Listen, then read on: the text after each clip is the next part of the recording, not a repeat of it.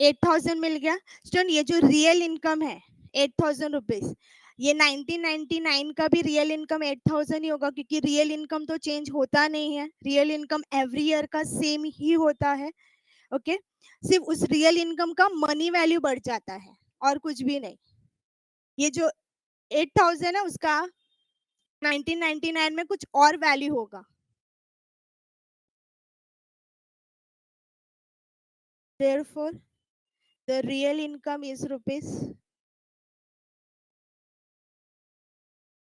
यहाँ पे रुपीस डाला है मैंने, हाँ 8,000।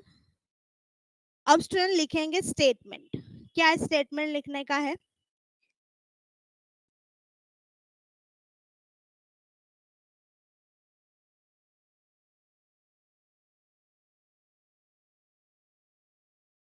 If standard of living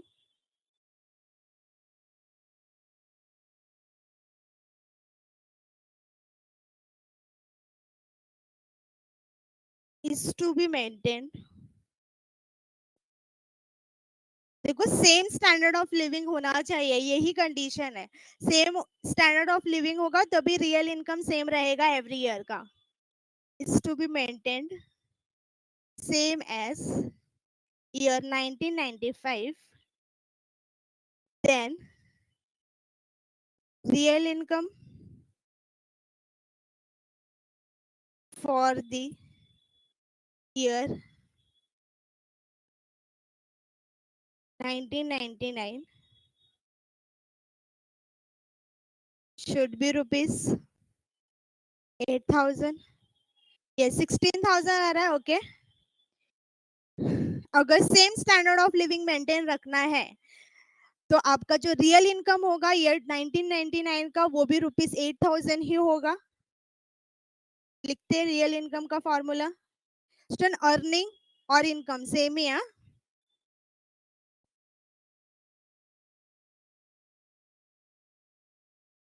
8,000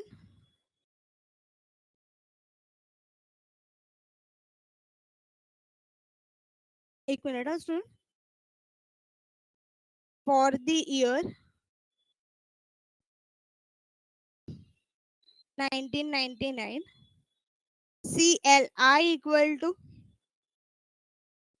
question में जो जो डिटेल्स दिया वो लिखने का, 200 and real income equal to rupees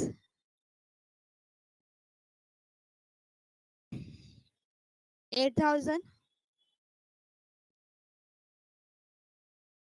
real income equal to income upon CLI into 100, income CLI is 200 into 100 and 8,000। अब स्टूडेंट 200 इधर शिफ्ट होगा, स्क्रीनशॉट लेने के लिए टाइम दूंगी। 800 into 200 equal to income into 100, ये हो जाएगा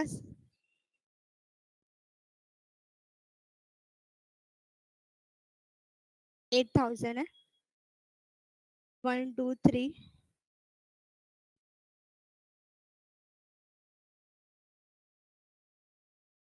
इनकम का वैल्यू चाहिए तो 100 इधर आके डिवाइड हो जाएगा, तो 16 lakh divide by 100, 0 0 get cancel, income equal to 16,000। Okay, तो एक चीज ही याद रखना student, real income every year का सेम होता है, ये पॉइंट याद रखना। एक्सप्लेनेशन इसलिए दिया था, रीजन बताया था क्यों सेम होता है रियल इनकम, रियल इनकम क्यों सेम होता है उसका रीजन बताया था। सिर्फ आपको याद रखना है कि रियल इनकम सेम होता है एवरी ईयर का। इनकम मिल गया तो स्टेटमेंट लिखेंगे, देयरफॉर क्वेश्चन में जो बोला रहेगा उसी फॉर्म में लिखेंगे। What should be is monthly earning, therefore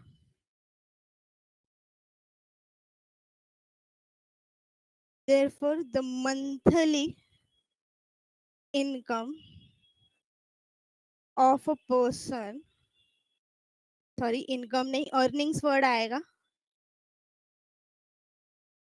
of a person in the year 1999 should be rupees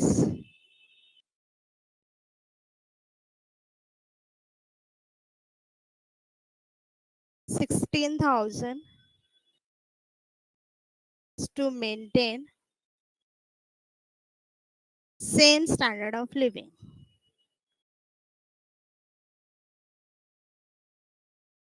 सिर्फ लिखने में टाइम गया, एक बार समझा प्रॉब्लम तो लिखने में सबसे ज्यादा टाइम गया. क्लियर?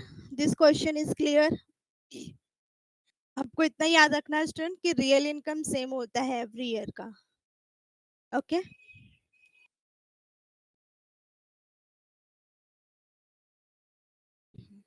अब स्टूडेंट आप कंपैरिजन करके भी देख सकते हो. कैसे? वेट प्रियंका, मैं स्क्रीनशॉट लेने का टाइम दूंगी. वेट. अब स्टूडेंट आप यहाँ पे कंपैरिजन करके भी देख सकते हो. CLI 1995 का 140 था. 1999 में कॉस्ट ऑफ लिविंग इंडेक्स बढ़ गया, 200 हो गया.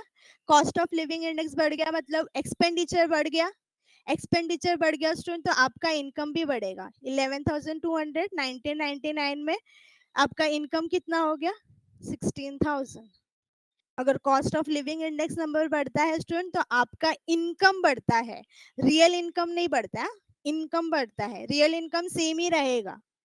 मतलब ये 6,000 का आप 1999 में इस पर्सन को 6,000 मिल रहा है, लेकिन इसका वैल्यू 8,000 के बराबर ही है.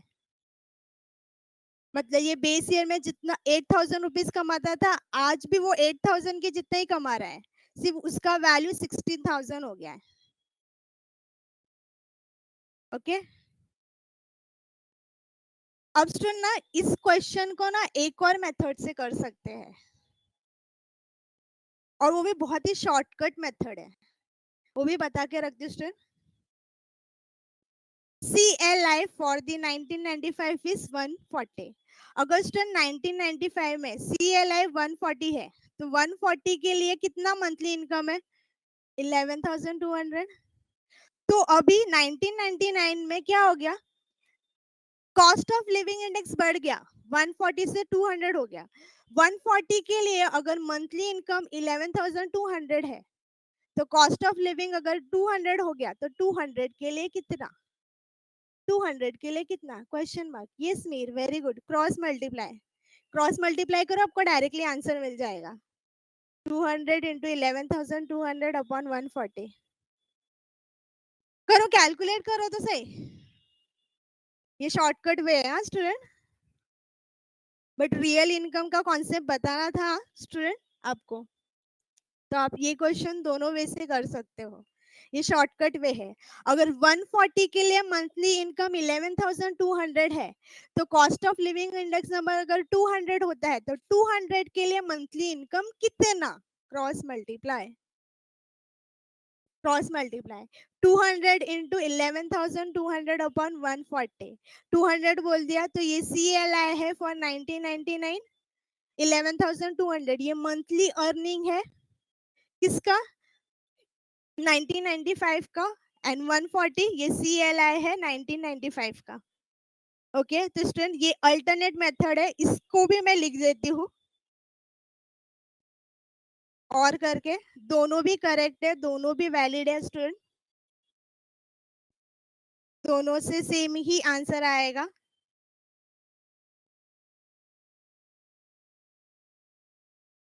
CLI for 1995 is I guess 140 है. 140 200. CLI for 2000 is 200. And student monthly earning दिया हुआ है. Monthly earnings of a person in the year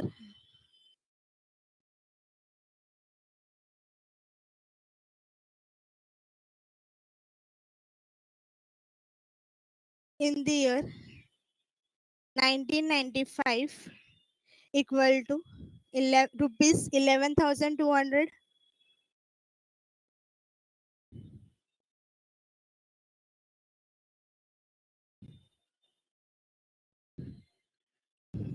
monthly earning दिया है ना,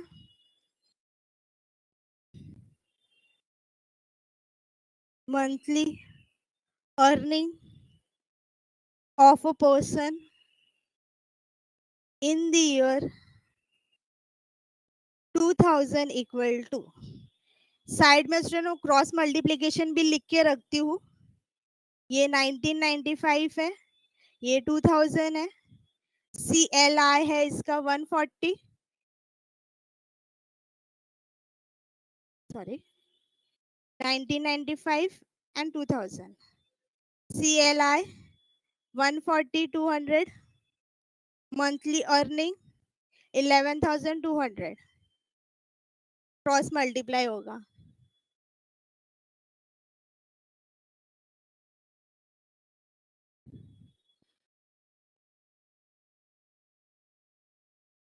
स्टूडेंट ये कॉन्सेप्ट इस चैप्टर में यूज होगा, क्रॉस मल्टीप्लाई वाला मिसलेनियस एक्सरसाइज में देखेंगे हम लोग। Equal to CLI for the year, लिखने में टाइम जाएगा स्टूडेंट, 2000 इंटू, क्योंकि 200 इंटू 11,200 हो रहा है, तो CLI for the year 2000 and 11,200, ये 1995, सॉरी सॉरी सॉरी सॉरी 1999 है।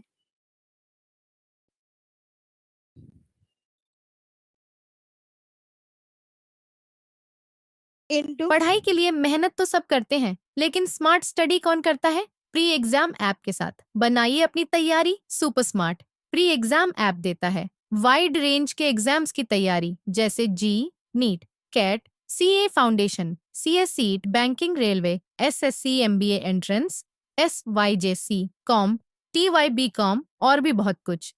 Chapter wise tests and mock tests, detailed performance analysis, और अब तैयारी होगी एकदम परफेक्ट। कहीं भी कभी भी पढ़ाई करें। और एक विशाल क्वेश्चन बैंक आपकी तैयारी को बनाए आसान। इंस्टेंट इवैल्यूएशन से तुरंत जानिए अपनी परफॉर्मेंस और पाएं पर्सनलाइज्ड फीडबैक। तो अब देरी किस बात की? प्री एग्जाम ऐप डाउनलोड करें और अपने नाम से रजिस्टर्ड करें और एक विशाल क्वेश्चन बैंक बिल्कुल फ्री और अपनी सफलता की कहानी लिखें। लिंक डिस्क्रिप्शन में है। प्री एग्जाम ऐप स्मार्ट तैयारी का साथी। Into earnings in the year 1995, monthly earnings upon CLI for the year 1995।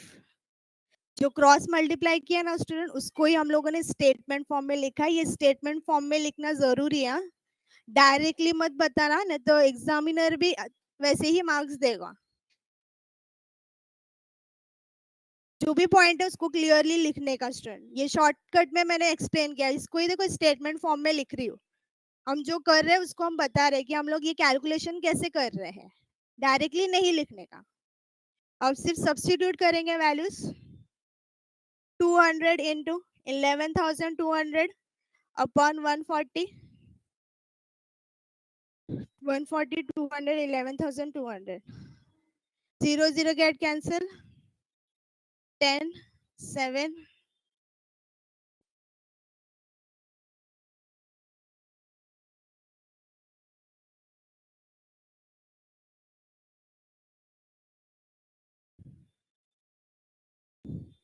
इसका आंसर भी सेम ही आ रहा था ना स्टूडेंट, 16,000। Please confirm.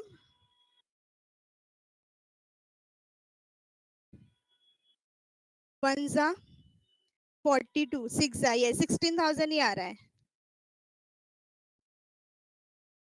तो स्टूडेंट दोनों वैसे करो चलेगा।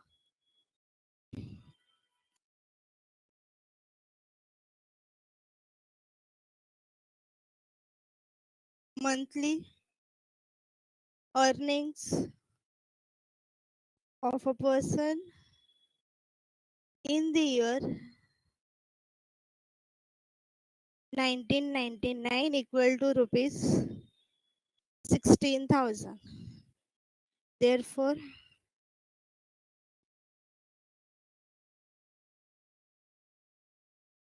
ऑस्टन इस टाइप का क्वेश्चन बोर्ड एग्जाम में आ चुका है। जो आपको नोट्स दिया ना A1 से, उसमें देखना बोर्ड प्रॉब्लम्स में दिया रहेगा ये क्वेश्चन। 2008 ईयर में आ चुका है, ईयर 2008 में आ चुका है क्वेश्चन।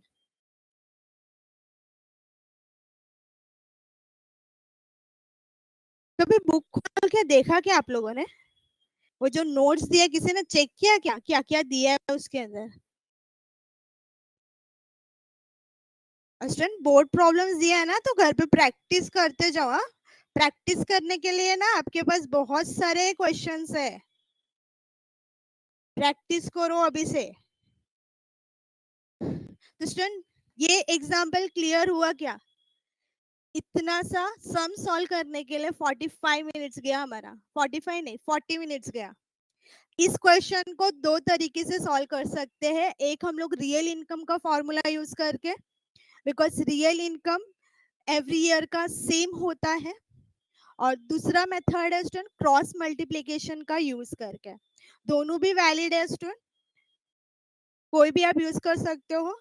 अगर आप मेरा सजेशन पूछोगे तो स्टूडेंट बेटर रहेगा रियल इनकम का फॉर्मूला यूज करके आप सॉल्व करो, बिकॉज क्वेश्चन में रियल इनकम वर्ड दिया है डायरेक्टली, एंड रियल इनकम का फॉर्मूला भी होता है। तो बेटर रहेगा रियल इनकम का फॉर्मूला यूज करके करो। आप क्रॉस मल्टीप्लिकेशन से भी करते हो तो भी चलेगा, कोई प्रॉब्लम नहीं है। दोनों से आंसर सेम आता है। Choice is your. मैंने दोनों मेथड बता दिया आपको। ऐसा नहीं होना चाहिए कि इसने सिखाया नहीं था, मैंने दोनों पॉइंट सिखाया आपको। ओके, अब स्टूडेंट स्क्रीनशॉट ले लो वन बाय वन। बोलो अमित एंड शर्वणी, बोलो क्या हो गया? कुछ डाउट है स्टूडेंट? किसी को कुछ डाउट है इस क्वेश्चन में?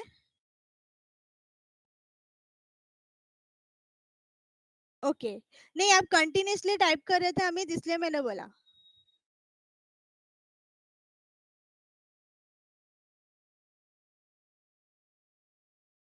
अभी ना स्टूडेंट कैसा है ना, पहले जैसा मजा नहीं आता है, क्योंकि कोई भी ना पार्टिसिपेशन नहीं करता है आंसर देने में। 11th में आप कितना मस्त आंसर देते थे। इसका एक ही इंटरप्रिटेशन निकलता है कि आप लोग है ना पढ़ाई नहीं करते हो। ये लो first screen, this is second screen.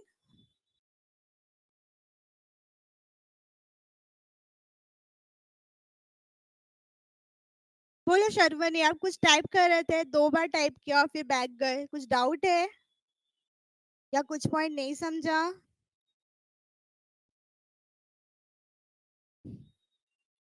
This is third screen,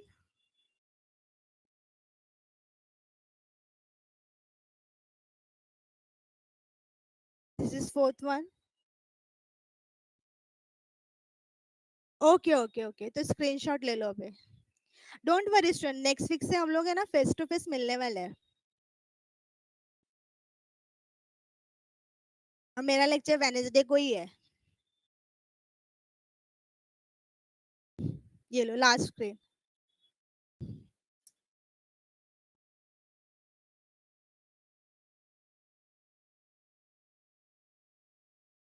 done. Third वाला, थर्ड स्क्रीन चाहिए आपको। ये 1 2 3, ये लो।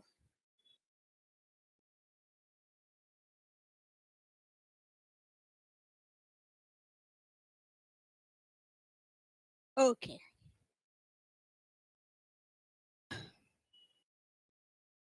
Now start miscellaneous exercise 5। Second वाला भी चाहिए। स्क्रीनशॉट लेते ना स्टूडेंट, तो नोट्स कंप्लीट करते जाओ, नहीं तो आपको बहुत प्रॉब्लम होने वाला है। तुम्हारे आंसर से ही पता चल गया कि तुम लोग कितना पढ़ते हो। चलो स्टार्ट करते हैं student, miscellaneous exercise 5। Okay student, miscellaneous exercise start करने से पहले किसी को स्क्रीनशॉट चाहिए अभी?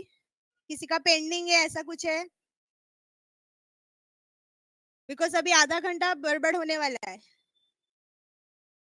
चलो, मिसलेनियस एक्सरसाइज 5.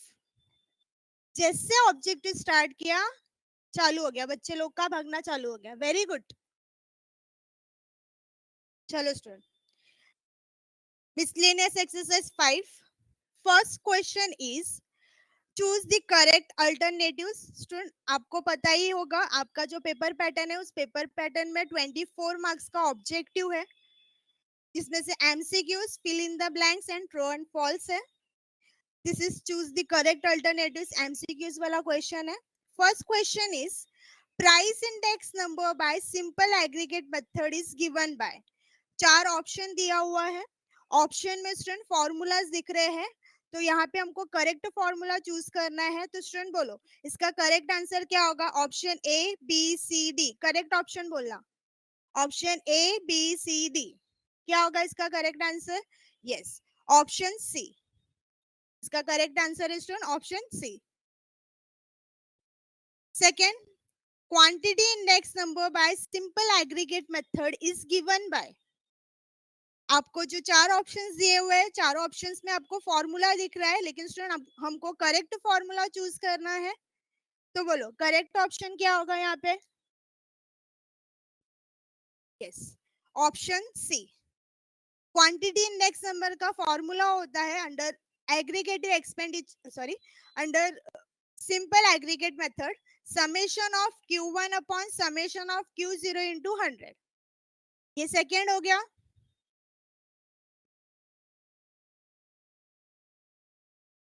चलो, this is third. Value index number by simple aggregate method is given by. यहाँ पे वैल्यू इंडेक्स नंबर का फॉर्मूला दिया हुआ है, तो हमको करेक्ट फॉर्मूला लेना है, बिकॉज सिंपल एग्रीगेट मेथड में दिया है. तो बोलो करेक्ट आंसर क्या होगा? Option D. अब स्टूडेंट यहाँ पे मैं एक बात बताऊं, यही चीज मैंने ना एग्जाम में पूछा था ट्रू एंड फॉल्स में. वो फॉर्मूला कुछ ऐसा था, summation of P0 Q0 upon P1 Q0. Student, किसी ने इसका आंसर ट्रू लिखा है. फॉर्मूला, इसका आंसर ट्रू लिखा है. फॉर्मूला में क्या है? Summation of P0 Q0 upon P1 Q1.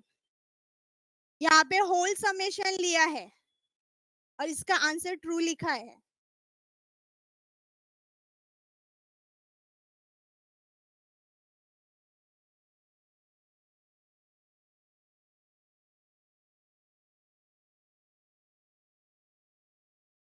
Please, for last question, the sum was very short in exam. 3 marks के लिए आ सकता है, 3 मार्क्स के लिए ही था लास्ट क्वेश्चन. 3 नहीं, 4 मार्क्स के लिए था आई गेस.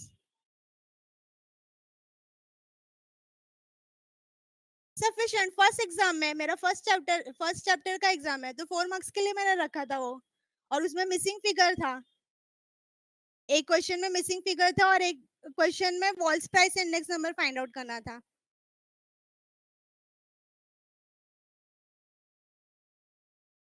सफिशिएंट था. अभी लेवल इंक्रीज होगा ना स्टूडेंट. मेरे चैप्टर का फर्स्ट एग्जाम था. ओके, चलो. Price index number by weighted aggregate method is given by. Price index number का formula under weighted aggregate method क्या होना चाहिए? करेक्ट ऑप्शन बोलो. Summation of P1 W upon summation of P0 W into 100. Yes, C. Quantity index number by weighted aggregate method is given by. तो quantity index number का formula student weighted aggregate method में क्या होगा? क्योंकि option में ना हमको यही दिख रहा है, फॉर्मूलाज ही दिख रहा है और कुछ नहीं दिख रहा है. तो करेक्ट फॉर्मूला चूज करना है. Correct option is C. Yes, मैंने बोला था स्टूडेंट आपको कि वेटेड एग्रीगेट मेथड में आपको क्वांटिटी इंडेक्स नंबर का फॉर्मूला एज अ ऑब्जेक्टिव आ सकता है. इससे रिलेटेड प्रैक्टिकल प्रॉब्लम नहीं है. Next, value index number by weighted aggregate method is given by. What is the formula? क्योंकि ऑप्शंस में हमको फॉर्मूलाज ही दिख रहे हैं, तो करेक्ट फॉर्मूला चूज करना है. Yes, correct answer is option D. चलो 7. Laspris price index number is given by.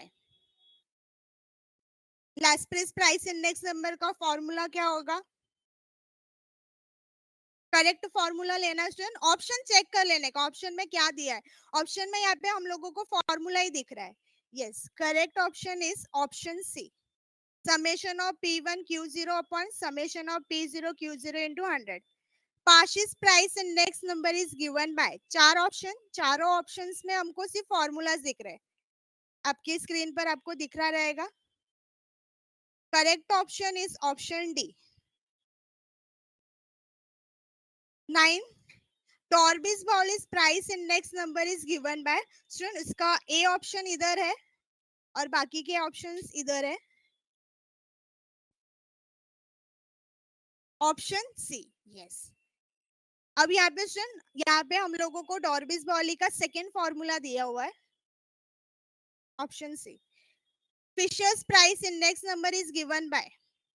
चार ऑप्शन, करेक्ट फॉर्मूला. तो स्टूडेंट ध्यान से देखो, सारे फॉर्मूला सिमिलर दिख रहे हैं. ऐसा फंसाएंगे स्टूडेंट तो आपको ध्यान से रीड करना पड़ेगा, क्योंकि टर्म्स देखो सारे फॉर्मूलाज में सेम दिख रहे हैं. Yes, correct option is option A. Next, Marshall Edgeworth price index number is given by. चार ऑप्शन स्टूडेंट, चारों ऑप्शन में सेम फॉर्मूला दिख रहा है आपको. बहुत संभाल के स्टूडेंट, 0 1 या पी का क्यू